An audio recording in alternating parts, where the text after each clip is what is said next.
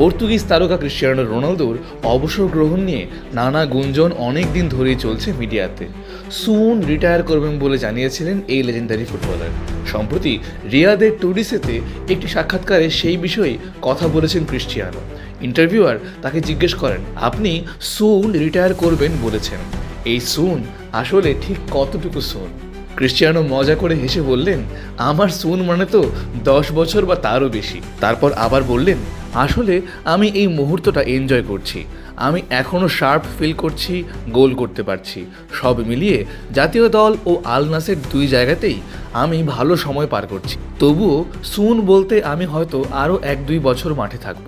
তখন ইন্টারভিউয়ার প্রশ্ন করলেন, তাহলে কি 2026 বিশ্বকাপই আপনার শেষ বিশ্বকাপ? রোনালদো উত্তরে বললেন, নিশ্চয়ই। তখন আমার বয়স 41 হবে। আমি গত 25 বছর ধরে ফুটবলের জন্য সব করেছি, অনেক রেকর্ডও করেছি। সুতরাং আমি নিজেকে নিয়ে যথেষ্ট প্রাউড। আর এখন আমি এই মোমেন্টটাই এনজয় করছি।